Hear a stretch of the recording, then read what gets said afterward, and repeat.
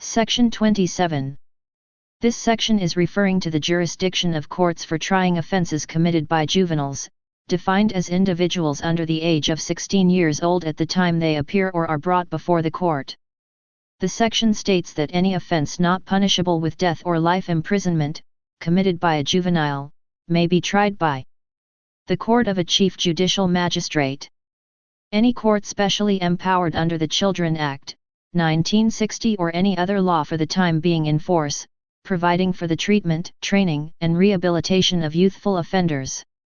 This means that for offenses committed by juveniles that do not carry the penalty of death or life imprisonment, the jurisdiction for trying the offense may be handled by a chief judicial magistrate court, or by a court that has been specifically empowered under the Children Act or any other law that addresses the rehabilitation and treatment of youthful offenders. The Children Act of 1960, for example, provides for the protection, welfare, and rehabilitation of children in need of care and protection and juvenile in conflict with law. This provision is put in place to ensure that the justice system addresses the special needs of juvenile offenders and focuses on their rehabilitation and welfare rather than just punishment.